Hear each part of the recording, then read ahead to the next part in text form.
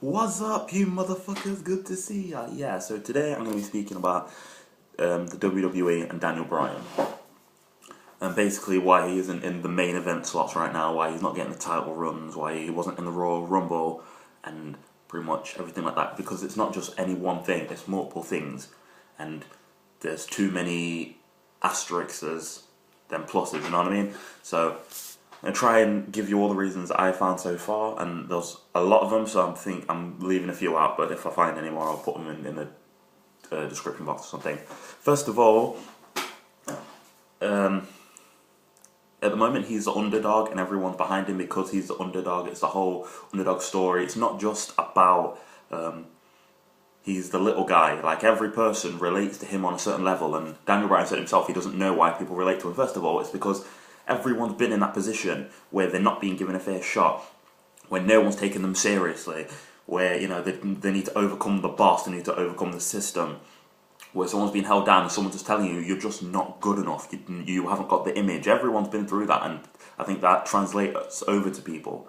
So it translates to the person saying, you know, you're not good looking enough, you're not tall enough, you're not smart enough, you know, you're not the best singer, you've not got the biggest range, you're not that strong, you haven't got that kind of body. You know, everyone's had that kind of thing, and it translates into different things. So every person that sits there watching it relates to that, of being told you can't do it. So I think when Daniel Bryan's on his journey, they feel like they're part of that. Like, he's overcoming for them. Like, he's overcoming adversity. Like, they're pretty much personifying him. He's like a blank slate, and they're just projecting their image onto him. And when he's overcoming, it's like they're overcoming as well. So I'm sure you can see what I mean by that. So that's one. Second of all, they do love this whole underdog angle. I mean, they loved it with Rey Mysterio. I mean, the only reason he even got a fucking title match in the first place, or even won the Royal Rumble, was capitalising on Eddie Guerrero's death, and they wanted to push this whole underdog thing. Like, other than that, they weren't giving him a fucking fair chance in hell. And even then, they didn't give him a realistic run at the title. Like, it was never they never gave him the great championship fucking caliber that he deserved, really. I think once Daniel Bryan gets the title, whether he's bigger than his opponent or not, you know, whether he's faster, whether he's stronger, when he's got the title, he's the man. You know, when you got the championship, you're not the underdog. Like, no matter how much your credentials are short, you know, the other guy might have been in the business longer, or might be bigger than you, might be stronger. When you got the title and you're the champ, you're the man.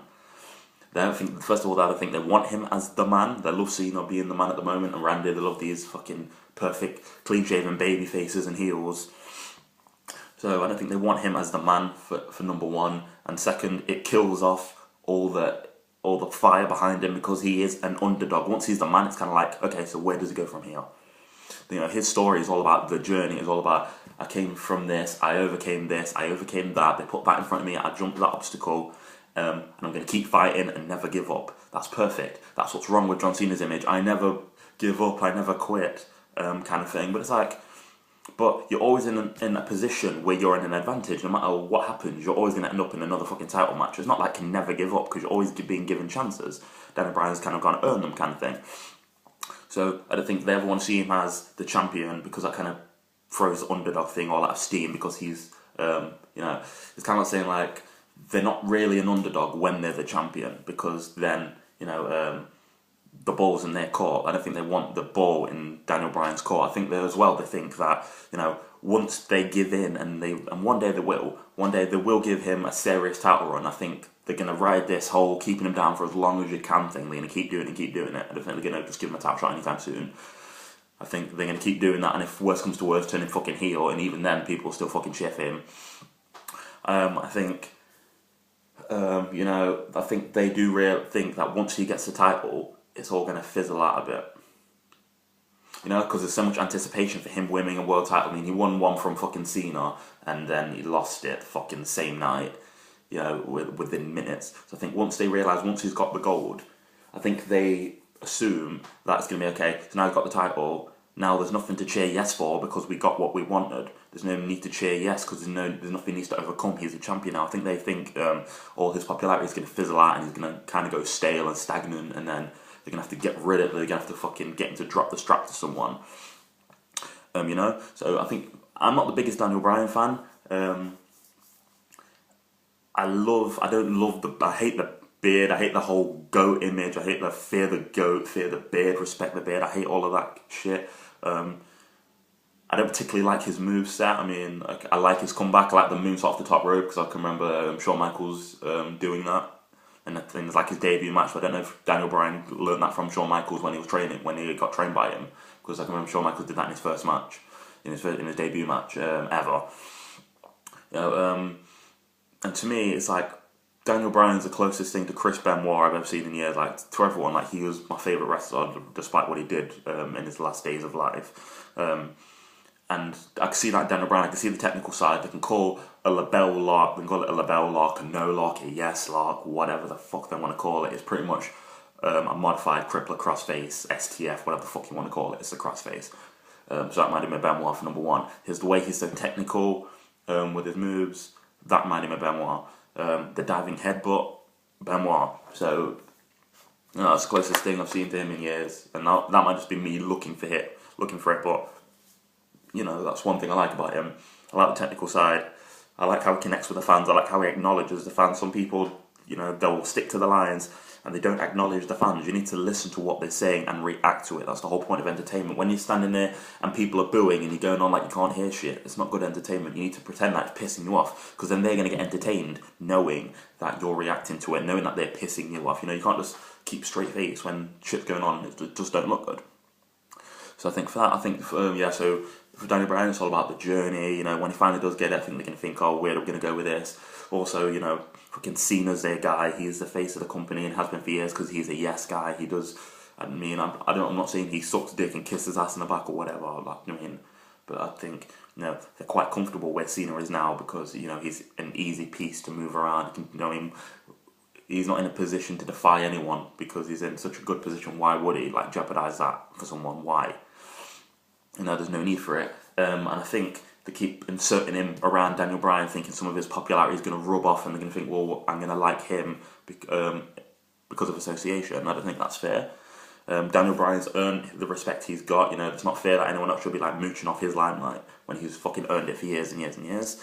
And I think WWE's got complete faith in Daniel Bryan. I don't think they think he could handle the company for years or carry it on his back. I mean, they're not giving people fair chances. So there's that, and obviously there's the Cena problem.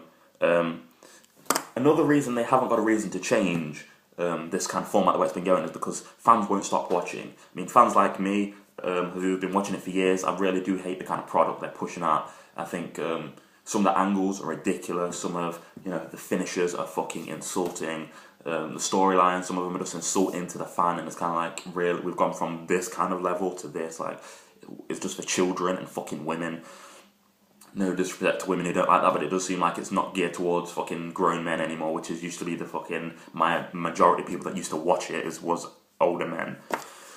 But the kids aren't going to stop watching it because, you know, they love El Torito and Fandango, and they love all this, you know, the Great Khali, they love all this corny shit, right? And then the real fans are going to want to stop watching it because they can't stand the shit, they can't stand the product, they can't stand where it's going, they can't stand the staleness of the matches, the lack of creativity, the lack of good angles, the lack of great in-ring spots that they just don't do anymore. You know, all these fucking gimmick pay-per-views, Elimination Chamber, Hell in a Cell, where you have like one Hell in a Cell, which isn't worth calling fucking pay-per-view Hell in a Cell when there's like one or something, you know, Elimination Chamber, one Elimination Chamber, wow, kind of thing. Yeah, I'm sick of all these. I'm pissed off that the WWE doesn't listen to the fans. That does get to me, that they don't listen to what the fuck the fans are saying. And the reason they don't do that is because they don't have to. There's no real competition. Yeah, TNA's there, but no one's really fucking threatening them for money. You know what I mean? They're not losing out on money to anyone. They're not losing out on ratings because no one's a fucking conglomerate they are. They've had fucking 30 years head start with the business. So, you know, no one's coming up to challenge them anytime soon. So why, do you know, when you're at the front of the race, why do you need to keep, you know, pushing the accelerator, keep going faster? You can slow the fuck down because no one's catching up to you yet. I mean, so it's kind of like that. There's no reason to change. Casual fans are going to keep watching it because they don't know any different. They think it's okay. If they grew up in the fucking PG era, they don't know any better than this. This is what they used to. They think this is normal. They didn't realise wrestling used to be good in the WWE. There's also the whole thing of, if you're like me and you really are a fan of wrestling, you know, I love the technical side, I love the fucking performance part, I love entertainment, I love creativity, I love everything about the business. They're not going to stop watching it because they're like me, they're an addict to wrestling. They can't stop watching it and they want it to get better. So they keep having faith it's something they love like they're supposed to, and they won't give up on it. So they'll keep watching it. But the WWE don't really give a fuck about the real fans. They'll say fuck the real fans. They're not the ones that have got fucking 3 kids buying a Cena t-shirt. You know what I mean? And it's not about. I don't think it's about. When it comes down to it, I don't think it's about John Cena sucking or Daniel Bryan being amazing. I don't think the yes, yes, yes chants and Daniel Bryan chants are just really for Daniel Bryan. I think underneath it all, it's about change.